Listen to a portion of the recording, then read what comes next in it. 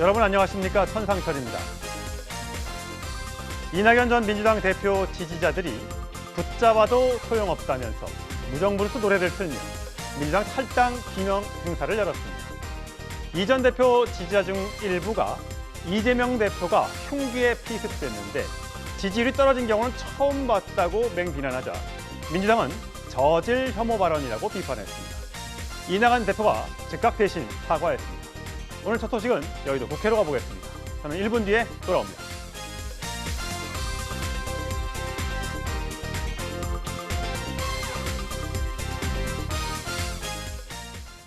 뉴스톱10 뉴스 고수 4분 소개합니다.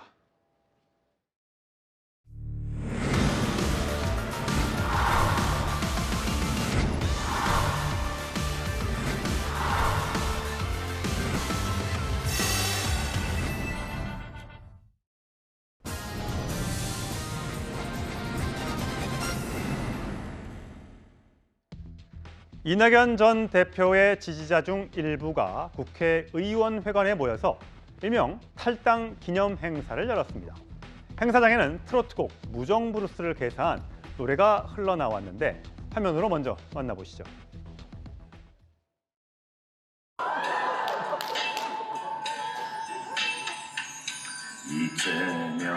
이재명에도 소용없겠지.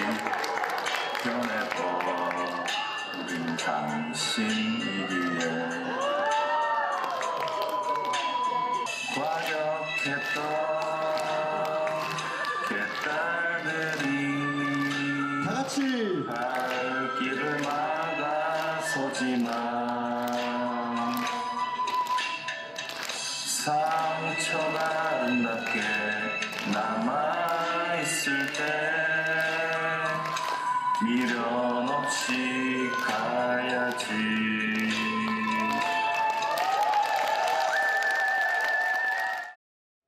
네, 이낙연 전 대표는 이미 탈당을 했고 이낙연 전 대표를 따르는 지지자들 중 일부가 오늘 토요일인데 국회에서 저렇게 행사를 열고 탈당 행사를 진행했습니다. 그중에 나온 무정부르스의 한 대목을 개사한 노래 한 대목을 들어봤는데 그렇다면 과연 이들이 탈당을 하고자 하는 이유는 무엇인지 목소리 또 준비했습니다.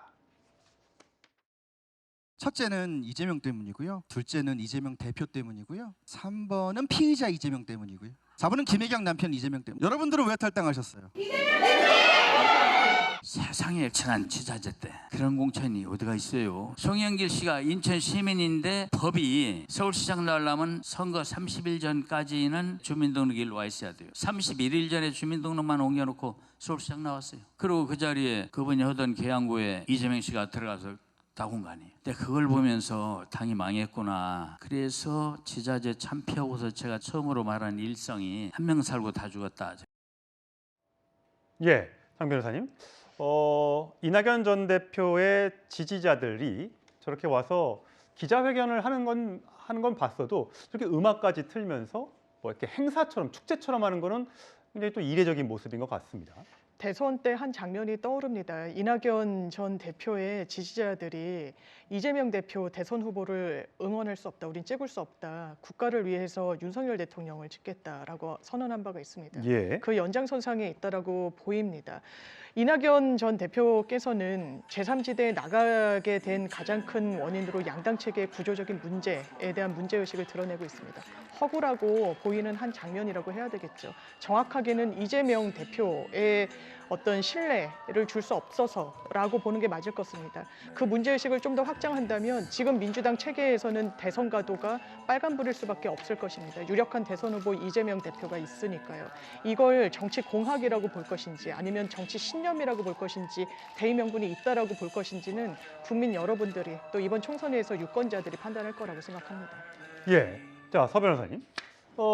이낙연 전 대표 지지자들이 이재명 체제에서 민주당은 망했다라는 발언을 했습니다. 그중에서 보면 이 백경환 씨가 민주당을 탈당하는 이유에 대해서 셋째 이걸 들었는데 첫째도 이재명 대표 때문, 둘째도 이재명 대표 때문, 사법 리스크가 있는 이재명 대표 때문, 김혜경 씨가 있는 이재명 대표 이렇게 여러 가지 이유를 계속해서 들면서 탈당의 이유를 이제 정당화하는 모습을 보였어요. 이건 어떻게 들으셨어요? 뭐 저는 이제 전적으로 이제 옳은 지적이라고 봐요. 오히려 실제 이제 옛날에는 0.73% 대선에 지면 주로 이제 좀 유학을 가거나 김대중 후보처럼 뭔가 이제 좀 휴식기나 이걸 가지고 재충전 그리고 이제 정치에 복귀를 적절한 타임에 하잖아요. 주로 그렇죠. 근데 이재명 대표는 본인은 이제 그 사법 리스크가 있었던 거예요. 이 말은 이제 배지가 꼭 필요했던 거예요. 그러다 보니까 이제 그 대선 지자마자 다시 이제 당권도 가지고 국회의원 배지까지 그것도 이제 무리하게 개항을 간 거예요. 본인의 집은 이제 분당이잖아요. 근데 안철수는 또 세거든요. 더 쉬운데 송영길 대표 지역구 개항을 가고 송영길 또 이제 대표는 아무 연고도 없는 서울에 이러면서 민주당이 지방선거 예전 참패 원인이 됐다. 이렇게 분석하는 게 맞잖아요. 그렇다면 결국 뭐 이재명 때문에 당이 망했다. 한 명이 살고 이 이석현 의원의 말이 맞고 그다음에 나가는 이유도 한마디로 이제 민주당은 지금 개딸 전체주의가 지배하는 정당이 된 거예요. 모든 게 다 수박이라고 수박 깨야 된다고 또 프리트 수박을 뽑아야 된다고 이렇게 공격했지 않습니까? 거기에 당에 숨쉴 공간이 없잖아요. 그래서 나갔기 때문에 이재명 때문이다. 이것도 둘 다 맞는 지적이다 봅니다. 예, 사실 오늘 행사에선 이재명 대표, 흉기에 피습된 이재명 대표에 대한 원색적 비난 발언이 나와서 굉장히 논란이 됐습니다. 들어보시죠. 살면서 목에 칼빵을 맞았는데 지지율이 떨어지는 경우는 처음 본 것 같아요.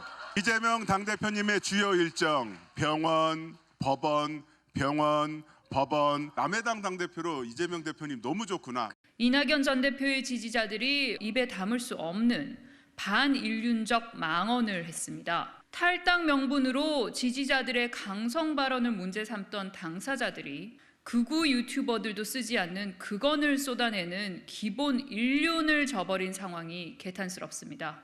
이 전 대표는 해당 막말에 대해 엄정하게 조치하십시오.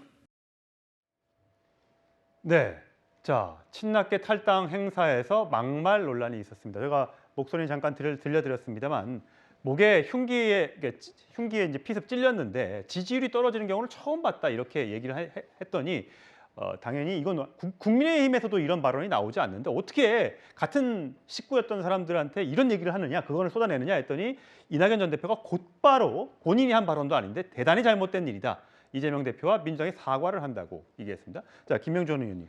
사실 이런 극한 발언들이 싫어서 지금 3당을 출연시키겠다는 거 아닙니까? 양쪽의 극한 대결을 피하기 위해서. 그런데 이낙연 전 대표 지지자들 중에서 이런 목소리가 나오면 또 국민들 입장에서는 실망하는 분들도 있을 수 있겠어요.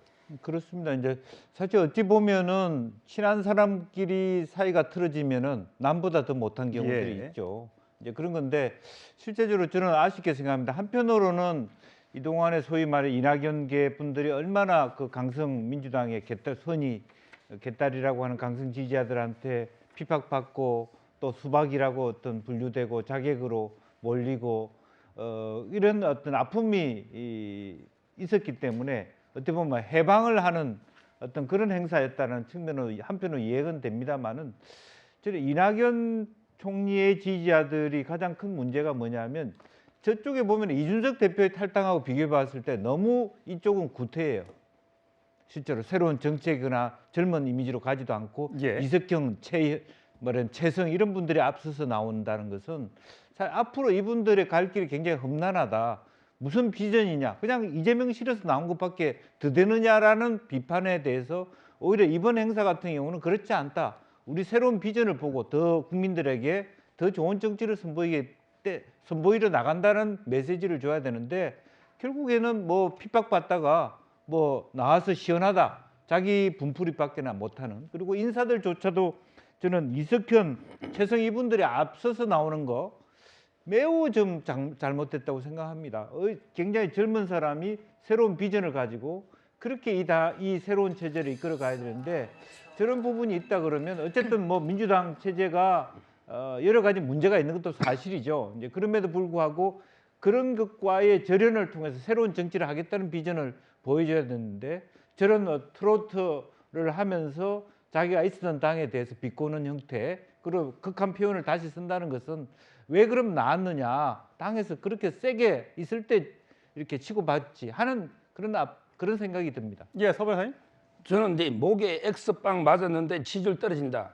이게 표현은 좀 잘못돼도 취지는 저는 이게 팩트라고 봅니다. 맞다고 봐요. 왜냐하면 이제 이번에 그 피습으로요. 이재명 대표가 이제 얻은 것은 방탄, 사법 방탄, 수사 방탄 이런 것은 민심입니다. 근데 이재명 대표가 이번에 세 가지 민심을 잃었어요. 첫째는 이제 부산의 민심을 잃었어요. 왜냐? 서울대병원에 헬기 타고 가는 바람에 부산 민심이 폭발한 거예요. 그다음에 두 번째, 의료계의 민심을 잃었어요. 의사들이 고발도 하고 지금 들고를 하고 있어요. 마지막으로는 이제 그 환자들의 민심을 잃었어요. 환자들이 나도 게 헬기 보내달라, 나도 게 응급실 들어가자. 이게 바로 지지율이 떨어진, 옛날에 박근혜 대통령은 피서부의 대전은요 이래서 이겼잖아요. 근데 이번에는 우리 역풍이 불었잖아요. 이걸 지적하는 겁니다. 예. 사실 뭐 이런 논란들이 계속되고 있는 이유는 결국 공천 파동 때문일 겁니다. 아직까지 공천 작업이 본격화하지 않았지만 이 비명계 그 당협위원장들이나 후보들을 향한 공천 학살이 있다라는 게 이낙연 전 대표 지지자들의 주장이거든요. 여기에 대해서 국민의힘 쪽에서는 하태경 의원이 SNS 글을 남겼더라고요. 민주당의 공천 기준은 친명 횡재, 비명 횡사. 참 말도 잘 지어냅니다. 이렇게 얘기를 한 반면에 또 정청래 민주당 최고위원도 SNS에 곧 영남 피바다 될 거나 이러면서 비윤 비운, 친윤 행운. 참 말도 서로 잘 지어내고 있습니다. 자, 양쪽의 공천 작업이 어떻게 되느냐에 따라서 3당의 운명도 결정될 걸로 보이는데, 자, 이준석 국민의힘 전 대표가 추진하고 있는 제3당 세력. 자, 여기도 과연 빅텐트를 모을 수 있을지 굉장히 관심이죠. 자, 그 목소리 듣고 오시겠습니다. 이낙연 대표 쪽이랑 긴밀한 예. 소통을 지금 안 하고 있습니다. 통상적인 인사 정도를 그 인사입니까? 하는 예. 거고 그냥 지켜만 보고 있습니다. 옛날 DJP 시절에는 정말 진보의 대장과 보수의 대장이 연립정부를 꾸렸지 않습니까? 김대중 대통령과 김종필 총리 그 두 분의 거리보다는 저와 이준석 대표의 거리가 훨씬 가까울 겁니다. 네, 저 목소리를 들어보면 오히려 이낙연 전 대표가 더 이준석 전 대표를 향한 구애가 빅텐트를 모으자는 구애가 더 강한 것 같다는 느낌을 듭니다. 어쨌든 DJ와 JP의 거리가 한강폭이라면 이준석과 이낙연, 낙준연대의 거리는 실개천 정도라고 생각한다라고 얘기하면서도 자, 이준석 개혁신당 정강정책위원장 곧 대표로 추대될 거라고 하는데 무턱대고 합치면 대중 지지율도 화답하지 않을 거다. 만나면 지중해처럼 멀게 느껴질 수 있다는 의견도 있다. 지금 살짝 발을 빼는 좀 신중한 모습을 보여지는데 자, 지지율 그래프를 한번 보도록 하겠습니다. 여론조사 전문가인 배종찬 소장과 한번 얘기를 나눠볼 텐데 자, 신당 창당 시 총선 투표 정당 어디가 될 것인가 여러 당을 놨을 때 이런 수치가 나왔습니다. 국민의힘 37, 민주당 33, 오차 범위 내고요. 자, 이낙연 신당 6.3, 이준석 신당 11.4, 제3당 중에서는 현재 이준석 신당이 조금 앞서 있는 그런 모습을 보일 수가 있습니다. 또 다른 지지율 또 볼까요? 자, 또 다른 여론조사가 좀 다릅니다. 국민의힘 24, 더불어민주당 25. 자, 이준석 신당 7, 이낙연 신당 11, 이낙연 신당 7. 이 정도의 수치가 나왔습니다. 자, 대표님 보기에는 이준석 신당의 지지율이 일단은 이낙연 신당보다는 지금 앞서가고 있는 모양새를 보이고 있습니다. 이 이유는 뭐라고 보십니까?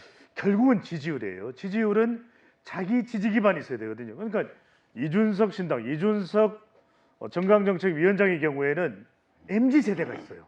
그러니까 연령대별로 또는 지역별로 또는 이념별로 이렇게 지지 기반이 분명해야 되는데 이낙연 신당은 그냥 민주당 실망층이거든요. 이재명 실망층이라면 그래도 이준석 전 대표는 이준석 정강정책위원장은 세대 바람을 몰고 왔었잖아요.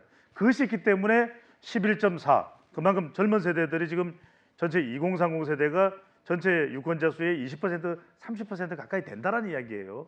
그 지점에서 분명히 이준석 신당의 경쟁력이 있어요. 그래서 이낙연 전 대표가 함께 합칠 수도 있고요. 이렇게 러브콜을 보내는 이유는 본인이 그 점을 분명히 경륜에 따라서 이해를 하고 있는 겁니다. 근데 이제 중요한 것은 지금 우리가 산술적으로만 보면은 11.4 플러스 6.3이면은 거의 22% 포인트 가까이 됩니다. 17에서 18 정도 되는데 과연 이것보다 더 많이 나올 거냐?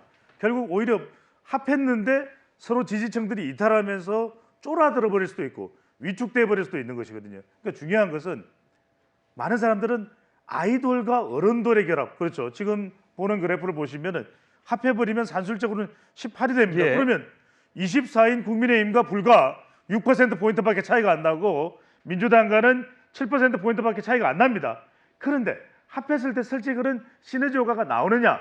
그게 아니라 왜 합하지? 우리는 이낙연 전 대표를 지지하는 건 아닌데 우리는 이준석 지지하는 건 아닌데 이렇게 돼버리면 자칫 잘못하면 삐그덩 할 수 있는 것이거든요. 자, 이 그래프 하나 더 볼까요? 예, 이거 하나 더 보시죠. 이 그래프를 보시면 실제로 그래서 찬성하는 비율, 자, 결합에 대해서 찬성하는 비율이 채 20%가 안 돼요. 그러네요. 0.2% 모자라서 19.8%. 반대는 거의 10명 중 6명입니다. 그래서 자, 이제 길어지면 안 되니까 제가 압축적으로 말씀드리면 이 두 사람의 가치를 넘어서는 게 있어야 마치 1997년에 DJP 연합 같은 것이 나오는데 그때는 뭐냐? 수평적 정권 교체 좀 하자. 이제 영남에서 호남 쪽 가자. 이게 먹혔던 것이거든요. 그러면 과연 이준석 두 사람의 이 전 대표가 만들어낼 그 가치가 과연 의석수 얻어내는 거, 의석수 만들어내는 거 외에 더 위에 뭐가 있냐? 이 점이 분명해져야겠죠. 예, 장 변호사님 보시기에는 이 두 사람 많이 다르죠. 나이도 다르고 세대도 다르고 또 지역도 다르고 또 보수냐 진보냐 다른단 말이죠. 네. 과연 화학적인 결합이 이루어질까? 이런 거에 대해서 지금 여론은 일단은 안 될 거야, 안 하는 게 낫겠어라고 보지만 실제로 두 사람이 결국은 네. 따로 이렇게 떼어져서는 총선에서 승리 가능성이 없으니까 결국은 합치지 않겠느냐, 또 이런 의견도 있거든요. 결국은 합치려고 하는 동력은 분명히 있을 겁니다. 그래야 총선에서 어느 정도 이 위력을 좀 할 수 있을 테니까요. 그런데 일단 이 이낙연 전 총리 아닙니까? 그리고 문재인 정부가 정권을 빼앗긴데 어떻게 보면 정치적인 책임이 있는 분입니다. 윤석열 정부를 탄생시키는데 공을 세운 건 또 이준석 전 대표였던 거죠. 두 사람의 정치적으로 어떤 공통점이 있습니까? 어떤 가치를 공유한 바가 있습니까? 교집합이 과연 무엇입니까? 이 부분들 당연하지만 유권자분들, 국민들께서 보실 거라고 생각하고요. 그렇다면 양당이 합쳐졌다. 그런데 지금 이낙연 전 대표 향해서 이준석 전 대표 뭐라고 얘기합니까? 엄근진해서는 우리 같이 갈 수 없다라고 어떻게 보면 대단히 낮춰서 폄훼하고 있습니다. 같이 갈 수 있을까요? 그래서 만약에 화합적으로 결합을 했는데 그런 공천 작업에서는 서로 양보할 수 있을까요?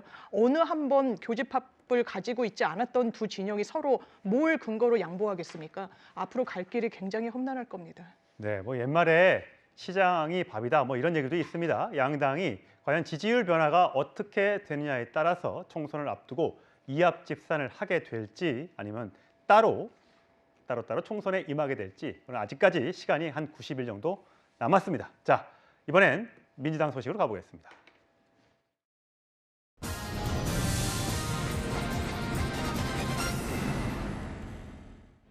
네, 이재명 대표 피습 사건과 관련한 경찰 수사 결과에 대해 민주당이 축소, 부실 결과가 가관이라면서 특검 도입 가능성을 언급하고 있습니다. 한동훈 국민의힘 비대위원장의 지지율과 윤석열 대통령의 지지율이 좀 따로 가는 모습을 보이고 있는데 이 부분도 여야 대표의 모습 이번에 한번 짚어보도록 하겠습니다. 먼저 강선호 민주당 대변인의 오늘 오전 브리핑 내용부터 듣고 오겠습니다. 경찰은 사건 발생 40분 만에 현장을 물 청소하고 사건의 결정적 증거물인 와이셔츠 역시 폐기물 업체에서 수일이 지난 후에야 회수했습니다. 민주당이 경찰이 놓친 증거물 수집을 위해 폐기물 업체 연락처까지 알려줘야 한다는 것이 기가 찰 노릇입니다. 이 사건 당일 1cm 열상으로 경상추정이라며 축소 보고해 가짜뉴스와 음모론을 촉발한 당사자 역시 경찰입니다. 경찰의 살인미수 사건에 대한 수사 대응 매뉴얼은 축소와 은폐입니까? 네, 이재명 대표 피습 사건과 관련해 민주당 지도부가 특검 가능성을 언급한 건 오늘이 처음은 아닙니다. 자, 또 목소리 들어보시겠습니다. 자기들에게 필요한 것은 적절히 흘리고 진짜 중요한 것은 공개하지 않고 저희가 다시 특검이나 국정조사 해야 될지 모릅니다. 빈말로 던지는 거 아닙니다. 수사한 경찰을 수사해야 된다고 봅니다. 감추려고 숨기려고 하는 자가 범인이다. 특검을 거부하는 자가 범인이듯이 이거는 저희가 그냥 넘어갈 수 없는 사안입니다. 권력 눈치 보지 말고 전면 재수사하십시오. 경찰이 눈치 보며 미적거린다면 특단의 대책을 강구하겠습니다. 자, 서정욱 변호사님. 자, 민주당에서 주장하고 있는 이유는 이렇습니다. 어떻게 현장 물청소를 이렇게 빨리 해서 현장을 지웠냐? 혹시 뭔가 숨기려고 하는 건 아니냐? 그다음에 왜 신상과 피의자의 신상과 변명문을 공개하지 않느냐, 외신을 통해서 우리가 알아야 되느냐라는 지적. 그다음에 폐기물 업체에서 셔츠를 회수했다. 민주당이 알려줘서 부랴부랴 부산대병원 가서 그 셔츠를 가지고 온 거 아니냐. 이것도 혹시 증거인멸의 우려가 아니냐라고 주장을 하면서 수사가 좀 부진하니까 이거 특검해야 된다라고 지금 주장하고 있습니다. 특검은 이제 권력형 비리고요. 그다음에 이 검경이 수사를 안 했을 때 특검하는 거잖아요. 일단 이 사건은 이제 권력형 비리가 아닙니다. 그렇잖아요. 예. 그다음에 이 검경이 그럼 수사를 못했느냐 이걸 따져봐야 되는데 하나하나 보면 이게 그 물청소 있죠. 예. 이거 다 녹화 안 해놨을까요? 이미 다 동영상이나 사진 다 이게 하고 나서 청소하는 거예요. 여기가 이게 유명 관광지입니다. 그럼 이게 피를 계속 나눠야 됩니까? 이미 증거 수집 끝났잖아요. 좀 말도 안 되는 주장을 하고 있는 거고요. 그다음에 두 번째 신상이나 공개 있죠. 저도 개인적으로는 신상 공개해야 된다 이렇게 주장을 한 거예요. 근데 그 위원회 결정해서 비공개했는데 이게 은폐가 됩니까? 어차피 법적으로 어쩔 수 없다 이거죠. 위원회에서 결정을 했잖아요. 예. 비판할 수는 있죠. 저도 공개라고 방송했잖아요. 근데 이 부분은 검찰 가고 재판 가면 다 공개가 되는 거예요. 예. 최종 은폐가 안 됩니다. 그다음에 그 와이셔츠 있죠. 폐기물. 이것도 마찬가지예요. 지금은 이제 그때 현장에 수백 명 목격자들이 다 있잖아요.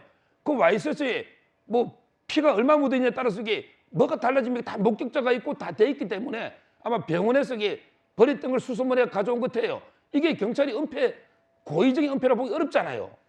무엇보다 경찰에서 처음에 뭐 열상 1cm 아니 열상이면 뭐하고 자상이면 뭐합니까? 이게 뭐가 중요합니까? 살인 미수로 지금 기소를 하는데 자꾸 민주당은 이게 아주 상처를 강조하려고 하는 모양인데 그런다고 이게 뭐 동정론이 더 일어납니까? 저는 계속 이 열상 자상 가지고 다투는 걸 이해를 못 하겠어요. 예. 결론적으로 경찰은 제가 보기에 원칙에 따라 수사를 저는 잘했다.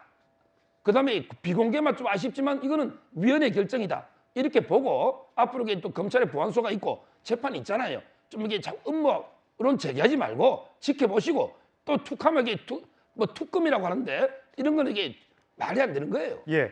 그 지금 특검이라고 한 발언이 국민의힘에서 나왔는데 그 목소리 저희가 준비했습니다. 들어보시죠. 제1야당의 대표가 피습당한 사건을 수사하면서 미진하게 했을 경우에 그 후과를 경찰이 어떻게 감당할 수 있겠습니까? 그냥 뭐 정말로 제가 특검이라 그러는데 툭하면 특검이라고 이렇게 끈끈이 또 수시로 특검을 하겠다고 하는 것은 거리만 있으면은 계속 정쟁을 유발하겠다는 그런 뜻으로 저는 생각합니다.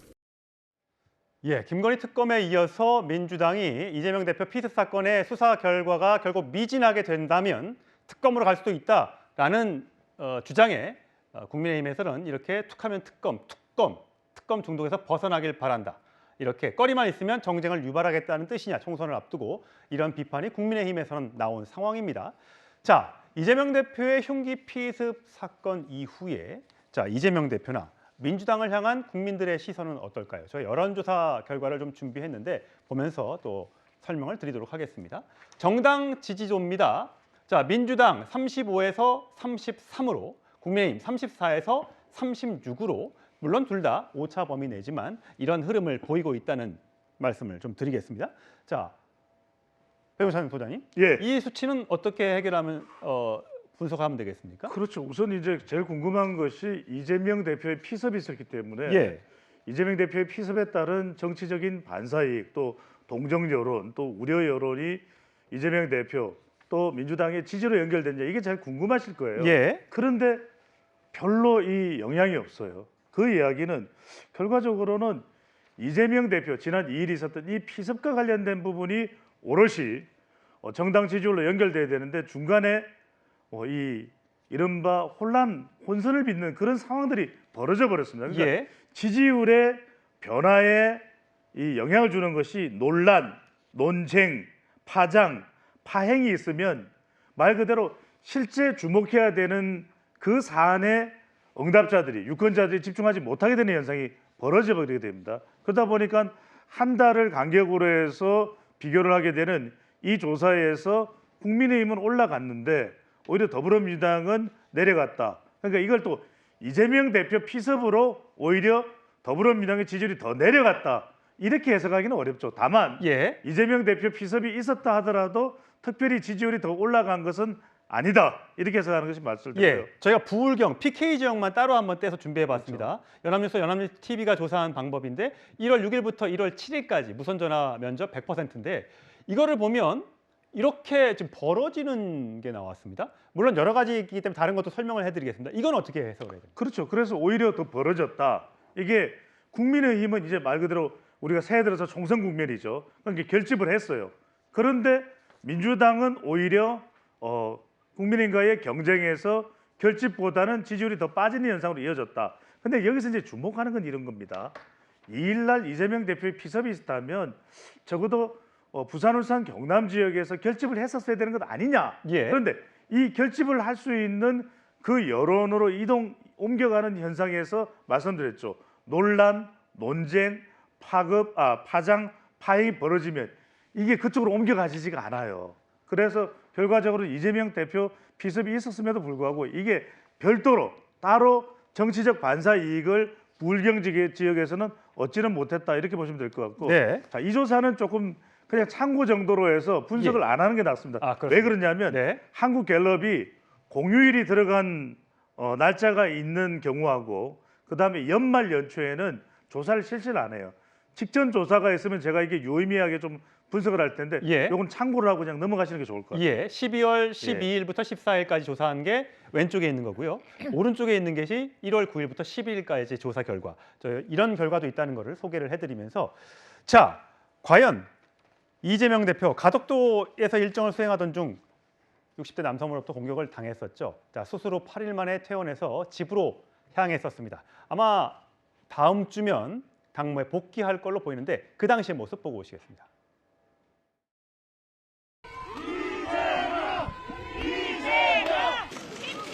심려를 끼쳐드려서 죄송합니다. 우리 국민 여러분께서 살려주신 목숨이라 앞으로 남은 생도 오로지 국민들을 위해서만 살겠습니다. 상대를 죽여 없애야 하는 전쟁 같은 이 정치를 이제는 종식해야 합니다. 서로 존중하고 인정하고 타협하는 제대로 된 정치로 복원되기를 바랍니다. 진심으로 다시 한번 감사 말씀드립니다. 고맙습니다. 자, 김영준 의원님, 전쟁 같은 정치를 좀 그만두길 바란다, 종식시켜야 된다라고 얘기하면서 오늘 이재명 대표가 고 문익환 목사 30주기를 앞두고 SNS에 용기와 담대함, 그의 문익환 목사의 용기와 담대함을 기억한다라고 하면서 민주주의 평화 번영의 한반도를 향해 흔들림 없이 나아갈 것이다. 라는 이제 글만 남겼습니다.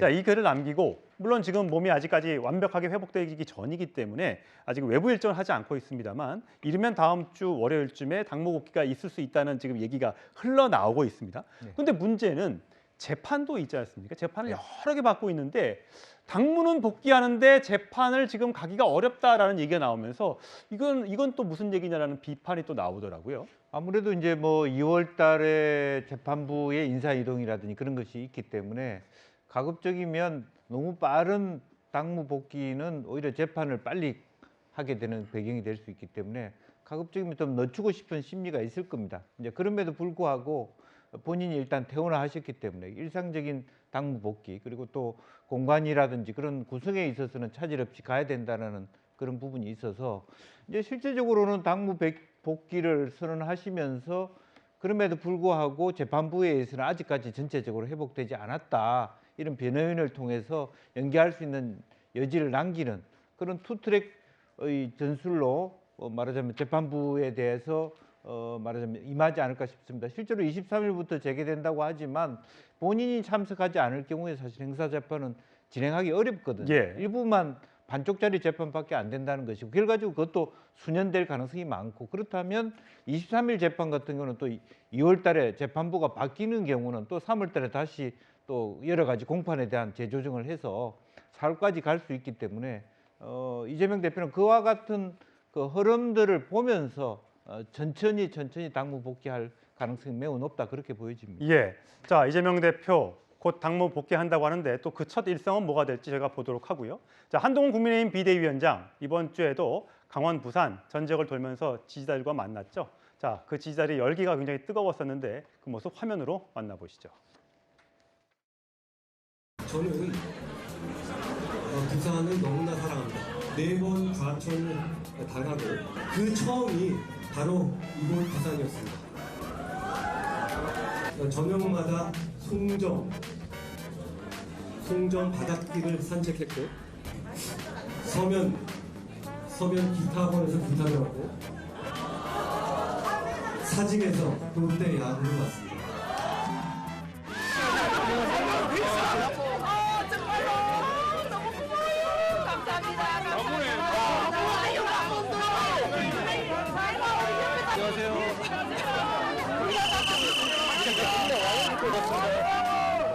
제가 여기 살았었어요. 고맙습니다.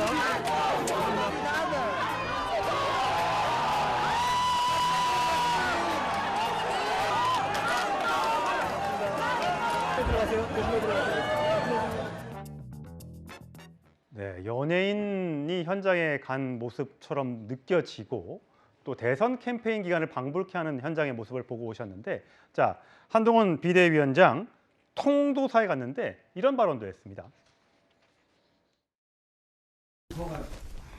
대한민국이고 한국이고 또 우리가 민족도 한민족이고 밥 먹는 것도 한식이고 옷도 한복이고 전부 한자 들어가는 한국 그걸 갖다가 다른 거를 바꿔보면 되겠네.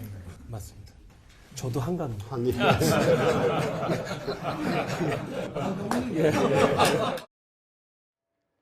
예, 뭐 저걸 의도하고 저렇게 발언했는지 모르겠습니다. 서정욱 변호사님. 우리 문화, 정신 문화를 잘 받들겠다라고 얘기하면서 저도 한가입니다. 또 혹자들은 또 이렇게 얘기하더라고요. 보통 어디 가서 성씨가 어떻게 됩니까? 저 한씨입니다라고 하는데 남에게 자기 성을 얘기할 때는 한가입니다. 이렇게 하는 게 정석이라고 얘기를 하더라고요. 정말 이제 이거 한동훈 장관 이미지만 보면 이제 그 상당히 좀 엄격하고 근엄하게 유머라고는 게 없을 것처럼 보이잖아요. 근데 지금 보신 것처럼 상당히 그 유머 감각도 뛰어난 이런 게 정치인으로서는 큰 장점입니다. 한동훈 위원장이 이제 그 본인은 이제 어릴 때 유치원 어릴 때 성당에서 이제 복사 있잖아요. 복사. 그러니까 본인은 이제 가톨릭이잖아요. 예. 근데 종교에서 이제 그 불심도 잡아야 되죠. 근데 그 구인사 아마 여기는 이제 천태종의 본산일 거예요. 그다음에 그 통도사가 중요합니다. 우리 불교에서는 이제 불법성 삼보가 있거든요. 그중에 불보 사찰이 통도사입니다. 그리고 이제 총무원장은 사판성이고 2판 종정 성파 스님이 있는 게 그게 통도사예요. 제가 해인사에 살았는데 옆에 저는 법보 사찰이에요. 8만 대장경. 그다음에 송광사가 성보사찰 스님. 따라서 저는 제대로 된 그 사찰에 제대로 예의를 갖추고 가서 하면서 이게 불심을 잡는데 상당히 성공했다. 이게 한동훈 위원장이 저는 팔도 사나이, 파락군 사나이가 아닙니다. 팔도 사나이. 뭐냐면 이제 생물학적으로 강원도 춘천에서 태어나 그다음에 청주에서 자라고 서울에 온 생물학적인 것도 있지만 결정적인 건 추미애 장관이에요.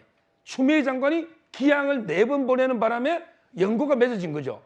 부산 기항, 그다음에 용인, 그다음에 진천, 그리고 일산의 사법연수원 본장까지 추미애 장관 덕분으로 한동훈 위원장이 각 도마다 연구를 가지고 있는 팔도 사나이로 맹활약을 하고 있는 거예요. 예, 한동훈 비대위원장이 팔도 사나이로 맹활약하고 있는 것. 자, 지지율로 보면 나타나고 있습니다. 자, 지지율을 보면요. 차기 장내 정치 지도자 선호도에서 한동훈 16에서 그러니까 2023년 12월 첫째 주에는 16에서 22로 올랐고 이재명 대표도 19에서 23으로 올라서 박빙의 승부를 벌이고 있습니다. 자, 그렇다면 이 지지 선호도가 의미하는 건 무엇인지, 자, 배 소장님. 중요합니다. 프레임 자체가 이제 윤석열 대통령 대 이재명 대표가 이제 확연히 바뀌었죠. 계속 이런 조사가 많이 소개될 수밖에 없습니다. 한동훈 대 이재명. 근데 한동훈 뿜뿜 효과가 심상치 않다. 2주 전이었죠. 우리 시간에 3S를 말씀드리고 이게 장안의 화제예요. 그래서 스마트, 왜? 1박 2일이 부산의 1박 2일이 일단 비교가 될 수 있는 것이죠. 그리고 또 우리가 한 방송 프로그램의 인기 프로그램이 1박 2일 그러면서 약간 대중적인 천대의 현상을 만들어내요. 그다음에 스피치가 뭐냐면 계속 지금 스피치입니다. 한국, 한민족, 한복, 한동훈인데요. 한가입니다. 그러니까 이게 뭐냐면 이렇게 되면 이른바 중도층이나 무당층, 2030 MZ세대뿐만 아니라 자영업층, 호떡을 먹죠. 그다음에 이제 주부층까지 연결이 되는 것인데 마지막에 말씀드렸던 게 이제 스타일이었죠. 호떡을 먹는다든지 기타를 선면에서 배웠다든지. 여기서 핵심적인 건 중요한 게 부산, 울산, 경남을 봐주셔야 돼요. 역시 우리 채널 A가 그래프 준비 잘합니다. 자, 부산이 결정적인데 같았단 말이에요. 18%로 같았는데 자, 피섭 이후에 이재명 대표도 조금 더 올랐지만 한동훈 비대위원장은 현격히 올라갔어요. 33%로 무려 17%포인트 뛰었나요? 이렇게 불경에서 훌쩍 뛴 겁니다. 15%포인트? 그렇죠. 15%포인트 말씀드렸죠. 그다음에 인천 경기에서는 지금 인천 경기에서도 한동훈 비대위원장이 14에서 23으로 동률 이뤘는데 사실 경기도 지역, 수도권 지역이 특히 경기는 이재명 대표의 텃밭이라고 불리는 지역이잖아요. 지금도 광역단체장이 더불어민주당이죠. 그렇죠. 그러니까 사실은 경기도가 지금 국민의힘이 비상이 걸려 있는데 적어도 아직까지 국민의힘 지지율이나 대통령의 긍정 지지율은 아니더라도 한동훈 비대위원장의 개인 플레이는 개인기는 거의 이재명 대표하고 대등한 위치까지 올라왔어요. 근데 문제는 자, 한동훈 비대위원장의 개인적인 인기는 이렇게 많이 올라갔는데 과연 그렇다면 이 지지율이 국민의힘 정당 지지율이나 또는 윤석열 대통령에 대한 정권 심판론을 잠재우는데 이게 과연 효과적이었느냐 아니었느냐 이게 관심입니다. 저희가 그래픽을 또 하나 준비했는데 보면 이렇습니다. 정부 견제론 12월 첫째 주에 51이었던 게 그냥 51이에요. 자, 정부 지원론, 정부를 좀 지원해줘야 되지 않냐? 35에서 35. 이게 변화가 없습니다. 그렇죠. 이건 어떻게 해석해야 됩니까? 왜 그러냐면 이게 우리 시간에 12월 말에 제가 말씀드렸던 자의가르니 현상이에요. 왜? 한동훈 비대위원장을 보고 들뜬 마음으로 그럼 국민의힘 지지할까? 그래, 총선 구도도 정부 지원론에 힘을 실어줘야지 했는데 뭔가 국민의힘에 여전히 윤석열 대통령의 국정 스타일에 미흡한 점이 발견이 되는 거죠. 그것도 화면에 전비돼서 보여주시면 좋겠는데 결국 지지율로 확장이 되려면 3단계가 있습니다. 일단 3A인데 한동훈 비대위원장의 어텐션, 주목은 상당히 높아졌어요. 그런데 요 다음 단계가 바로 자의가르니 현상을 뛰어넘는 겁니다. 그러니까 국민의힘에 대한 의심, 윤석열 대통령에 대한 의심, 이건 이제 김건희 특검법이나 이렇게 연결되겠죠. 용산. 그런데 이 부분에 대한 게 아직 확신이 없는 겁니다. 한동훈 비대위원장을 관심을 가지고 주목을 하는 사람일지라도 이 어슈런스가 없기 때문에 국민의힘이나 윤석열 대통령까지 연결되는 어펙션, 애정이 안 생기는데 시간이 없지만 이건 설명을 드려야 됩니다. 이래서 한동훈 비대위원장이 김범용이 아니라 김범용을 뛰어넘어야 된다. 김건희 여사와 관련된 것. 특검법이든 논란이 되는 거든. 두 번째, 범 아니라 법이라 그랬죠. 너무 법조인이 몰라. 이게 한동훈 비대위원장은 본인이 지금까지 법을 해왔기 때문에 주변에 서정욱 변호사, 장윤진 변호사 다 법조인이잖아.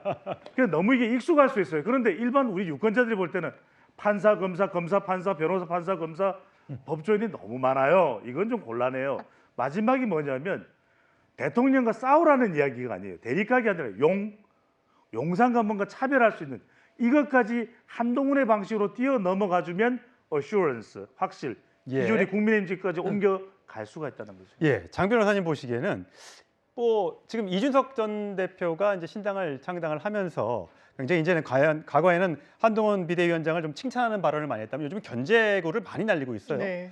꽁치구이 얘기를 하면서 주변에 꽁치구이 같은 거를 횟집에서 그 나오는 밑반찬만 잘해봐면 뭐하냐. 결국은 핵심이 중요해. 회를 제일 잘 썰어야 되는데 그 신선한 회를 갖고 오지 못하면 저 집이 성공하겠느냐라고 또 비판을 했더라고요. 이게 단순한 신경전 견제구 성격이라기보다는요. 저는 본질이라는 생각이 드는데 횟집에 여러 나오는 밑반찬만 건드리고 있다. 왜 그러냐면 한동훈 비대위원장이 살 길은 사실상 윤석열 대통령과의 차별화 거리두기입니다. 그래야 국민의힘 지지율 상승도 견인할 수밖에 없을 겁니다. 그런데 지금까지 모습 딱 3주 되셨더라고요. 12월 26일 날 비대위원장으로 취임을 했는데 내용은 없고 제목만 있습니다. 스타일만 있고 무엇을 이야기하려는지 알기가 어렵습니다. 총론은 있지만 강론이 없습니다. 굉장히 멋있게 이야기를 하죠. 멋지게 총선에서 이기겠다. 공천도 아주 확실히 멋있게 하겠다. 어떻게 멋있게 할 것인지 앞으로 보여줘야 될 것인데 지금까지 정치 현안에 대해서 입장 낸 거 보면 실망스럽습니다. 김건희 여사 특검 왜 악법입니까? 악법이라고 규정했죠. 이태원 특별법 돌아가신 분들 추모하고 기리고 그리고 지원하겠다는 법안입니다. 정확하게 어떤 연유로 이런 사고 냈는지 보겠다는 겁니다. 거기에 대해서 뭐라고 얘기했습니까? 국론 분열이라고 했습니다. 이렇게 해서 윤석열 대통령과 차별화 되겠습니까? 그 그림자에 그대로 갇혀 있는 거죠. 그래서 앞으로의 확장성을 보여줄 수 있을지 그 바로미터에서 이미 저는 국민들이 채점표에 좋은 점수 못 매기고 계실 거라고 생각합니다. 채점표에 좋은 점수 못 매길 거라고 하는데 서정학 변호사님 그냥 웃으면서 입이 간질간질하신 것 같아요. 지금 이제 이준석 대표가 음식 가지고 하니까 저도 이제 그 음식을 하는 비판해 보면 이준석 대표가 이제 탈당할 때요 갈비집에서 했습니다. 예, 그렇죠. 그래서 갈비 정당이다 이런 이제 비아냥도 있는데 아마 제가 보기에 자기 의도는 불판. 그때 노회찬 전 대표가 불판을 좀 갈아줘야 된다. 판을 엎어보자. 이래서 이 갈비집 불판 때문에 한 거 아닌가 저는 그렇게 추측하는데. 근데 이준석 대표가요 진짜 고기 여러 번 구워 먹어가지고 거름이 다 거슬린 이런 게 오래된 불판입니다. 본인이 바뀌어야 될 불판이에요. 지금 12년 동안 마이너스 3선이에요. 정치판에서 이게 때가 묻을 만큼 묻었고 이게 완전히 고기를 너무 많이 구워가지고 더 구울 수가 없어서 판을 갈아야 될, 교체될 이런 게 저는 판이다.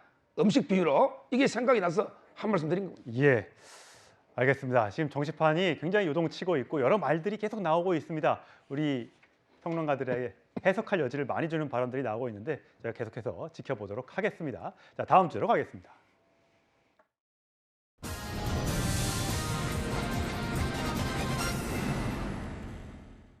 네, 총선은 이제 90일도 채 남겨놓지 않고 여야 모두 인재 영입에 총력을 기울이고 있죠. 뭐 우주 전문가도 있고요, 법조인들도 있고 여러 사람들을 지금 계속해서 끌어모으고 있습니다.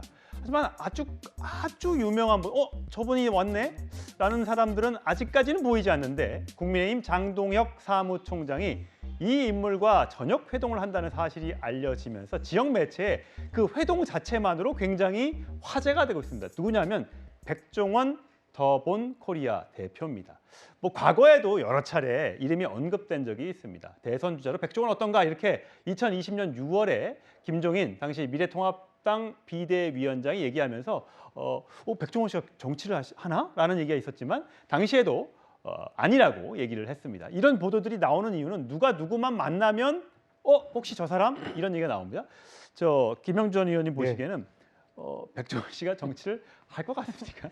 글쎄 뭐 그동안에 계속 부인해 왔고 또 본인 스스로도 지금 이 상태가 좋다 뭐 그렇게 말씀하신 워낙 걸로 방송을 알고 지금 있습니다. 많이 나오고 있어서 만약에 정치하시는 분들 방송 다 끊어야 되는데. 그런데 이제 뭐 방송을 끊고보다는 이제 저런 관심을 가지는 이유는 최근에 이제 충남의 뭐 예산이라든지 어떤 그 젠트리피케이션이라든지 또 시장을 완전히 새롭게 리뉴얼하는 그런 지방자치단체라든지 또 지난번에도 그 산자위의 참고인으로 나왔을 정도로 아마 저런 일을 하다 보면 정책과 정치에 관심을 가질 수 있다. 좋은 취지로 이제 그런 생각이 있는데 실제적으로 자기가 방금 말씀이 있었습니다만은 정치를 하게 되면 여러 가지 오히려 자기가 하고 싶은 일을 못 하게 될 거예요. 오히려 이런 분들은 훨씬 더 전 세계적으로 K 푸드 열풍을 자유롭게 더 펼치게 내놓는 게 놔두는 게 훨씬 더 우리 정치를 위해서도 좋지 않겠나 생각이 듭니다. 네, 좀 전에 뭐 2020년 얘기도 했지만 2016년에도 벌써 8년 전인데 그때도 백종원 씨가 소환된 적이 있습니다. 당시에 이렇게 답변한 적이 있습니다. 백종원 씨 본인은 생각 안 하더라도 총선 때인데 어디 비례대표 제안이라든지. 아이고, 큰일 날 소리 하지 마시고 들어왔어요. 다시 한번 말씀하시지만 저희 아들을 걸고 정치는 전혀 관심 없습니다. 진짜 관심 전혀 관심 없습니다.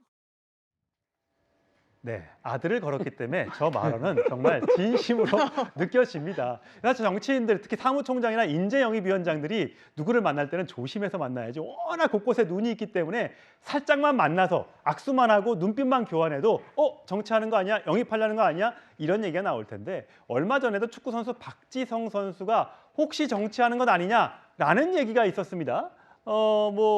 장미란 지금 문체부 2차관도 어디 출마설이 계속 나왔었죠.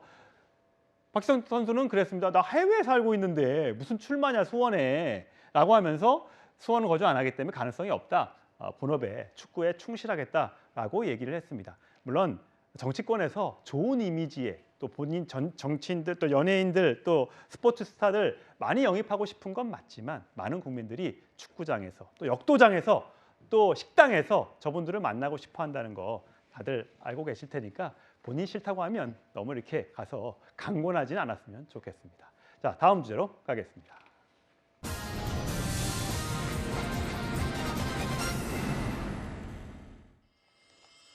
네, 이틀 전 이낙연 전 대표가 민주당 의원 129명의 만류에도 결국 탈당을 선택했었죠. 그런데 이 129명에 포함되지 않은 의원들을 향해서 당내에서 또 다른 비판의 목소리가 나오고 있습니다. 이게 마치 끝나고 나면 거기에 올라가 있는 129명과 올리지 않은 나머지 사람들은 또 갈라치기가 될 게 뻔하죠. 그리고 마치 무슨 그게 이재명 대표를 향한 충성맹세처럼 보여지는 것도 저는 마뜩치 않았었고요. 그래서 나는 나대로 소신을 이미 밝힌 바가 있었기 때문에 굳이 거기에 이름을 올릴 필요는 없다고 생각했습니다. 네, 장 변호사님. 네. 고민정 최고위원이 그러니까 보니까 윤영찬 의원이 원칙과 상식 4인방 중에 혼자서 민주당에 이제 남았잖아요. 그게 이제 과거에 문재인 청와대에 근무했던 사람들이 계속해서 설득을 하고 통음을 하면서 저녁마다 설득을 해서 남게 됐는데 그렇게 설득해서 남겨놨더니 돌아오는 건 왜 남게 했냐 내보내지 않고 라고 하면서 지금 비판이 계속 날아오고 있다는 거 아닙니까? 그렇습니다. 그게 맥락이 있어서인 것 같은데요. 저는 당의 잔류를 선택한 거에 대해서 비판해서는 안 된다고 합니다. 일각에서 징계 이야기도 나오는데 징계할 사안은 더더욱더나 아니고요. 다만 이 기자회견장을 원칙과 상식 이 3명의 의원들이 나갈 때 윤영찬 의원실에서 잡았다는 이야기도 있고요. 또 거의 2시간 전인가요? 이원욱 의원이 라디오 인터뷰를 할 때 4명이 함께 한다고 이야기했거든요. 예. 탈당한다고. 그렇다면 왜 급작스럽게 어떻게 보면 저희 제3자 입장에서는 급작스럽게 보이는 것도 사실이지 않겠습니까? 그렇다면 본인의 지역구에 있는 혹시 친명이라고 일컬어지는 경쟁 상대인 현근택 변호사의 어떤 이슈 때문에 본인의 공천 가능성이 높아져서 이 선택을 한 거 아닌가라고 보여지는 부분이 있습니다. 이게 굉장히 보기 좋아 보이는 선택은 아닐 수 있거든요. 그렇기 때문에 이런 좀 논란이 지금 꺼지지 않고 계속되고 있는 것 같습니다. 예, 서정학 변호사님. 비명계 의원들이 지금 나갔단 말이죠. 지금 이제 공격은 친문 의원들을 향하고 있다라고 해석해도 되겠어요? 그렇죠. 아마 이제 또 남아 있는 의원들끼리 또 이제 서로 이제 계속 전쟁하듯이 싸울 거고요. 근데 저는 윤영찬 의원의 탈당을 막은 거는요 정성호 의원으로 봅니다. 아 그래요? 예. 왜냐? 결국 이제 정성호 의원이 그 핸드폰을 보안 필름이라게 보안 의식이 그리 없을까요? 딱 이게 기자가 보라고 아예 그냥 딱 그 부분만 보이더라고요. 그러니까 윤영찬 의원의 지역구에 도전하고 있는 현근택 친명계 변호사가 결국은 지역구에서 불미스러운 일이 휩싸였을 때 징계하냐 마느냐를 이재명 대표가 상의했다 그 문자인 거죠. 거기 보면 이제 그 현근택 근데 그 변호사가 컷오프라든지 막 이런 게 징계 수위에 놓잖아요. 예. 이걸 이게 딱 보여주니까 저는 그러면 이게 윤영찬 의원이 희망이 있다. 현근택 변호사만 만약에 컷오프 못 놓으면 다른 후보들은 이길 수 있다. 이런 생각이 안 들었겠어요? 저는 정성호 의원이에요. 원래 그 국회의원들이 고의로 핸드폰 정치도 합니다. 설득 볼주면서 과시도 하고 여러 정치를 하기 때문에 아무리 봐도 저는 우연히 찍혔다고 보기에는 너무 딱 그 부분이 선명하게 보이는 게 저는 그것 때문에 결국은 윤영찬 의원이 남은 거 아니에요. 공천 때문에. 그러니까 상당히 1등 공신이 그 정성호를 봐야죠. 예, 꼭 공천 때문인지는 모르겠습니다만 하지만 이 사건으로 이재명 대표가 굉장히 곤란해졌기 때문에 정성호 의원의 휴대전화 찍힌 게 과연 이게 고의적이었는지 실수였는지는 정확히 알 수는 없습니다. 자, 문재인 전 대통령은 이 사건에 대해서 민주당에 대해서 어떻게 얘기했는지 홍익표 원내대표의 목소리로 들어보시겠습니다. 대통령께서도 걱정을 많이 하세요. 우리 당이 다가오는 4월 총선을 앞두고 승리하기 위해서는 당의 단합과 화학적 결합이 굉장히 중요한데 그런 분열적 요소가 자꾸 일어나는 것에 대해서는 걱정을 많이 하셨습니다. 조금 더 당을 통합적으로 운영했으면 좋겠다. 당부의 말씀이 있으셨습니다. 예, 김영준 의원님. 네. 만나서 요즘 문재인 전 대통령을 찾는 사람들이 굉장히 많은데 민주당 하나된 모습으로 총선에서 반드시 이겨야 된다 하면서 통합적 당 운영을 강조했다고 하는데 이것이 이미 이제 비명계 의원들은 대부분 먼저 이제 선도 탈당을 했고 이제 아까 말씀드렸다시피 임종석, 고민정 등등의 친문 의원들을 향한 자객 공천이라든지 이런 비난이 쏠릴 경우에 얘기에 대비해서 하나된 모습을 좀 보여달라. 친문은 내비둬라. 이렇게 해석을 해야 됩니까? 저도 좀 그런 쪽이 있다고 봅니다. 두 가지 가치를 갖고 있다고 봅니다. 큰 틀에서는 지난번에 제가 말씀드린 대로 김대중 전 대통령 100주년 탄생일 때 당이 통합해야 된다, 분열하지 말라는 그런 어떤 당이론적인 얘기가 있는 반면에 통합적 운영이라고 하는 것은 사실은 친명, 소위 윤건영, 전해철 다 친문 의원들에 대해서 대대적인 자객 공천을 하는 것에 대하여 그대로 이렇게 지금 하듯이 나가면 당이 문제가 된다라는 하나의 어떤 시그널로 보여집니다. 특히 지금 이 차중에 아까는 정승호 의원이라고 얘기했습니다만 부분적으로는 임종석 의원이 윤영찬 의원을 좀 더 통음을 하면서 설득했다. 네. 그렇다면 실제적으로 친문 의원들이 조금 이 단계를 좀 힘을 합쳐서 견뎌내자. 이제 그렇게 얘기했는데 그런 뒤에 바로 당의 강성 지지자들이 나가라 이런 식으로 윤영찬 의원한테 얘기한다든지 고민정, 임종석 의원한테 얘기한다 그러면 그런 부분에 대해서 문재인 전 대통령이 이재명 대표에게 문제 제기를 하고 있다고 봐요. 이것이 단순하지가 않습니다. 겉으로는 통합이라고 하지만 차기 전당대회에서는 말하자면 친명과 친문 간의 치열한 싸움이 있을 수도 있다는 것을 전제로 하는 것이라고. 조금 짧게만 좀 말씀드려야 될 것 같습니다. 왜냐하면은 데이터도 분석하지만 저는 이제 방송에서 윤영찬 의원과 관련된 부분이 아주 많이 거론이 되거든요. 근데 왜 저는 이걸 윤영찬 의원이 본인이 분명히 유권자들에게 국민에게 또는 당 내로 충분히 설득할 수 있게끔 본인 스스로 설명해내지를 못하는지 그 이유를 알 수가 없어요. 그러니까 이게 논란이 되는 게 3명은 4명의 원칙과 상식 의원 중에서 3명은 다 나와서 준비를 하고 있는데 다 그런 줄 알고 있었는데 1명은 제외됐다. 잔류한다. 윤영찬 의원. 이해를 못하는 겁니다. 일반 유권자들이, 시청자들이. 그러니까 심지어는 백종원 더본 대표마저도 이 러브콜에 대해서 이 아이, 요리, 그다음에 도리 이 명분을 통해서 본인이 분명히 설명이 되거든요. 그런데 그렇다면 적어도 윤영찬 의원은 도리, 명분, 효과를 가지고 설명을 그럼 이낙연 전 대표와의 관계는 어떻게 되는 겁니까? 그다음에 명분, 그럼 남으면은 당이 통합되는 겁니까? 그다음에 효과, 민주당의 문제 다 해결된 겁니까? 그러니까 이러다 보니까 저는 과연 이렇게 됐을 때 지역구의 유권자들은 납득할 수 있겠냐며 또는 이제 정치인으로서 윤영찬 의원의 향후 비전은 어떻게 될까 궁금해지지 않을 수가 없거든요. 여기에 대해서 윤영찬 의원이 적어도 직접 해명이 분명하게 직접적으로 유권자들이 누가 보더라도 이게 시청자분들이든 청취자분들이든 간에 납득 가능하게끔 설명을 해줘야 되는 것이겠죠. 이낙연 전 대표는 그런 얘기를 하더군요. 옛날에는 주주가 6, 비주주가 4 이런 정도의 지분과 말할 수 있는 기회가 있었다면 지금 10대 0이다. 그래서 나는 나갈 수밖에 없다라는 얘기를 하는데 과연 민주당이 또 어떻게 변화하게 될지 지켜보도록 하겠습니다. 다음 소식으로 가겠습니다.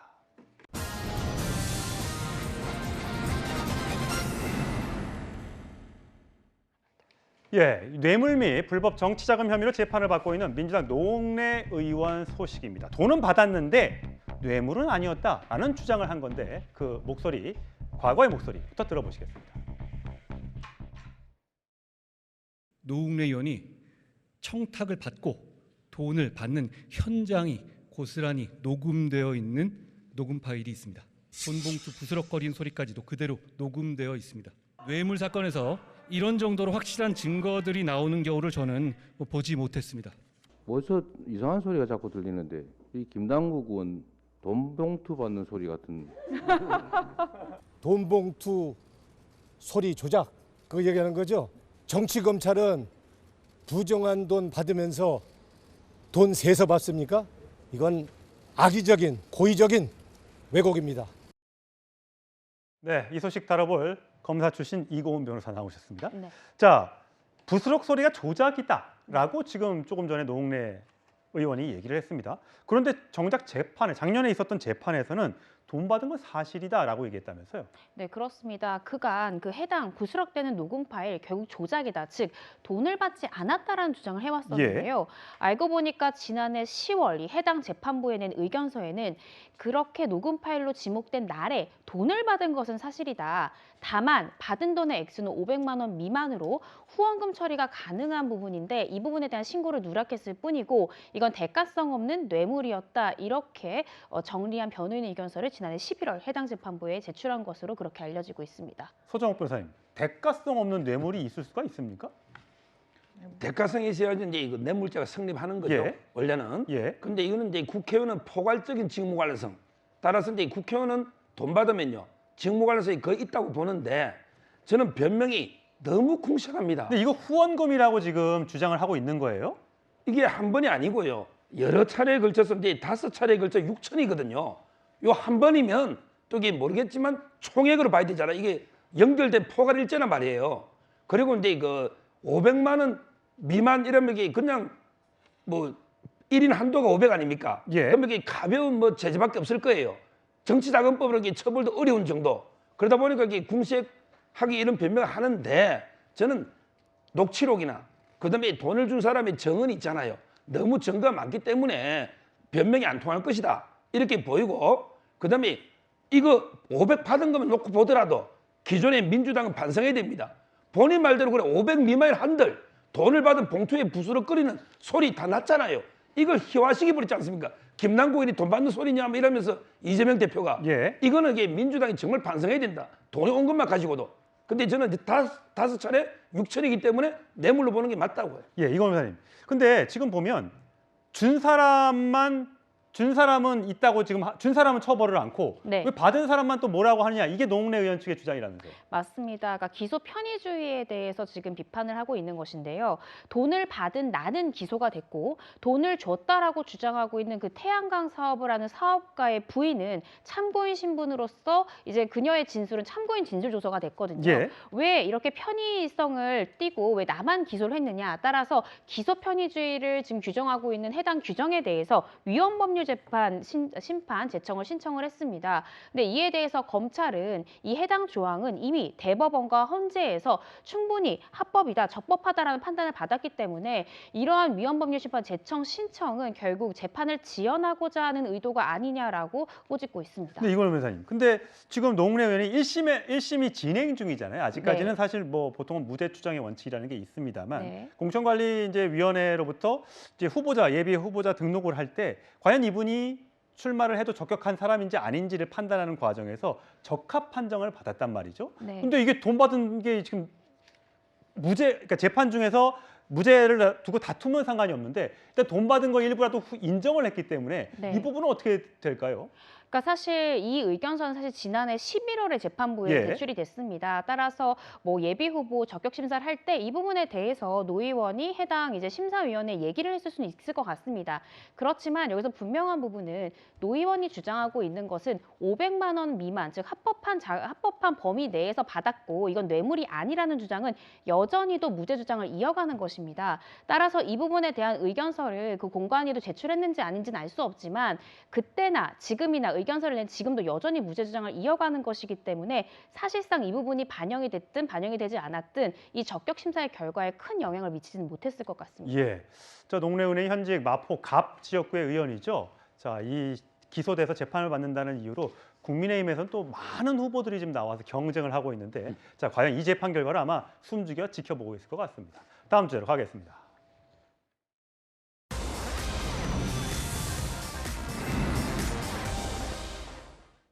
자, 아까는 주제가 돈은 받았지만 뇌물은 아니다. 자, 이번 주제는 촬영은 했는데 몰래는 아니다. 자, 이 주제를 다뤄보도록 하겠습니다. 이거은 변호사님, 네. 어제 그 축구 선수 황의조 선수가 비공개로 경찰에 10시간 나가서 2차 조사를 받았다고 하는데 네. 본인이 영상을 찍은 건 맞는데 합의하에 찍었다. 그렇게 몰래가 아니다라고 주장을 한 거죠? 네, 그렇습니다. 황 선수는 사실 1차 조사 때도 같은 입장이었습니다.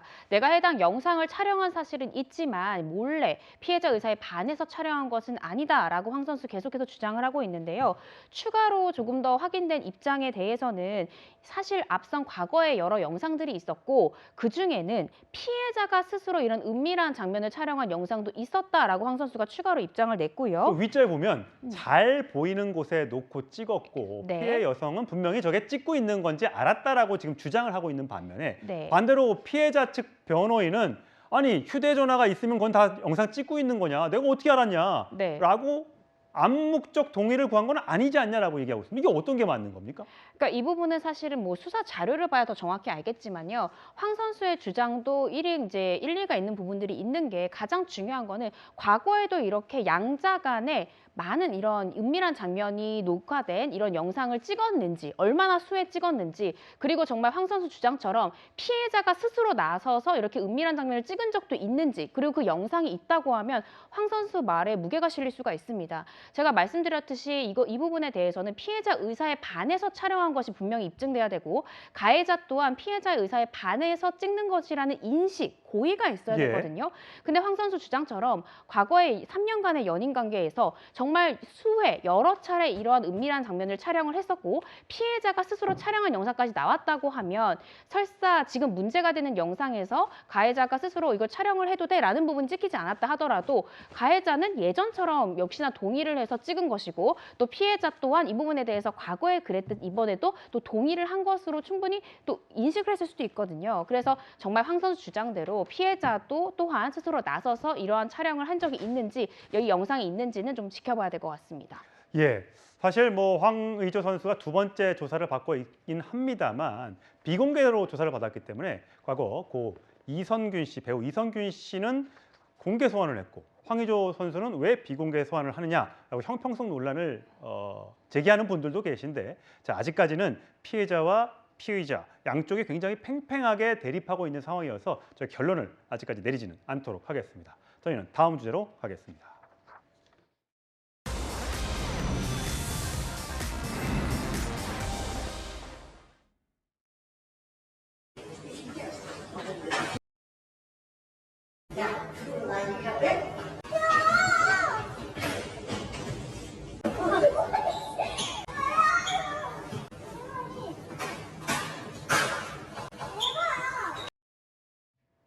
예, 이번에는 또 맞았지만 처벌을 원하지 않아라는 또 제가 운율을 좀 맞춰봤는데 이 변호사님, 저 화면에서 때리는 장면은 10대 중학생이라고 하고 맞는 네. 사람은 60대 경비원이라고 하는데 이게 무슨 장면입니까? 이게 어제 자정쯤에 일어난 일인 것 같은데요. 이 경비원은 상가에서 근무하는 경비원입니다. 근데 상가에서 이제 이 10대 청년들이 소란을 벌이자 이 경비원이 제지를 했습니다. 예. 그랬더니 이 10대 중학생 남학생이 이 경비원을 무차별하게 폭행합니다. 처음에 경비원 막아보려고 하다가 결국 힘에서 안 되지 않습니까? 무참히 쓰러지고 쓰러졌는데도 재차 가격하면서 결국 힘없이 이 경비원이 쓰러지는 모습이 영상으로 확인됩니다. 예, 저 발로 막 저렇게 해서 제가 영상 잠깐 중단을 했습니다만 저거는 어떻게 처벌해야 됩니까? 이 부분에 대해서는 당연히 보이시는 것처럼 폭행죄로 당연히 처벌이 가능한데요. 네. 만약에 이 경비원이 입은 상해 정도 굉장히 중하고 자연 치유가 불가능할 정도라면 상해죄로 입건을 할 수 있습니다. 그런데 안타까운 게 이 영상을 본 시민이 경찰에 신고했거든요. 예. 경찰이 출동해서 경비원한테 이거 신고하셔라 입건하겠다라고 하니까 경비원이 지인의 아들이다. 그리고 나 사과받았으니까 절대 형사 입건하지 말라고 여러 차례 만류했다는 거죠. 그러면 처벌할 수 없어요? 이게 폭행죄로 될 때는 피해자가 처벌 불허 의사를 밝힐 경우에는 공소권 없음으로 이게 처벌할 수가 없습니다. 따라서 피해자가 적극적으로 협조해서 상해 진단서 등을 제출을 해야 죄명이 상해죄로 바뀌어서 설사 피해자가 처벌 불허 의사를 밝힌다 하더라도 형사처벌이 가능한데요.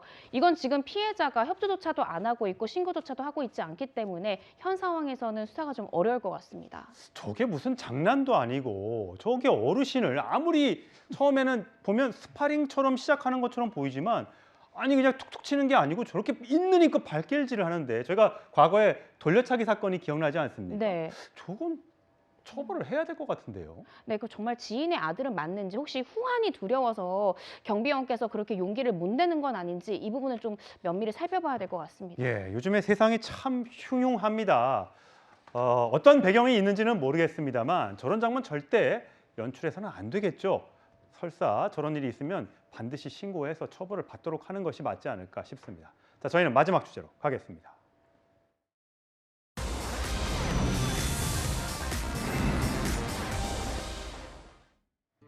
예, 애비는 종이었다. 밤이 깊어도 오지 않았다. 23해 동안 나를 키운 건 파라리 바람이다. 세상은 가도 가도 부끄럽기만 하더라. 나는 아무것도 뉘우치진 않을란다.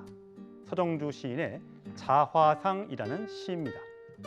이 시의 화자는 상당히 가난하고 어려운 삶을 살아왔음을 알 수가 있습니다. 나는 아무것도 뉘우치지 않을란다에서 알 수 있듯 화자는 불행하고 가난하던 자신의 삶을 당당하게 고백하고 맞서려는 태도를 보입니다. 4번 과천을 당하고 그 처음이 바로 이곳 부산이었습니다. 저는 그 시절이 참 좋았습니다. 저는 지난 정권 때 한 4번 정도 좌천을 당했었는데요. 그 3번째가 바로 이곳 충북의 진천이었습니다.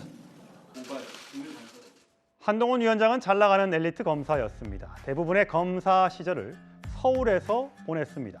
그런데 문재인 정권에서 4번의 좌천을 당합니다.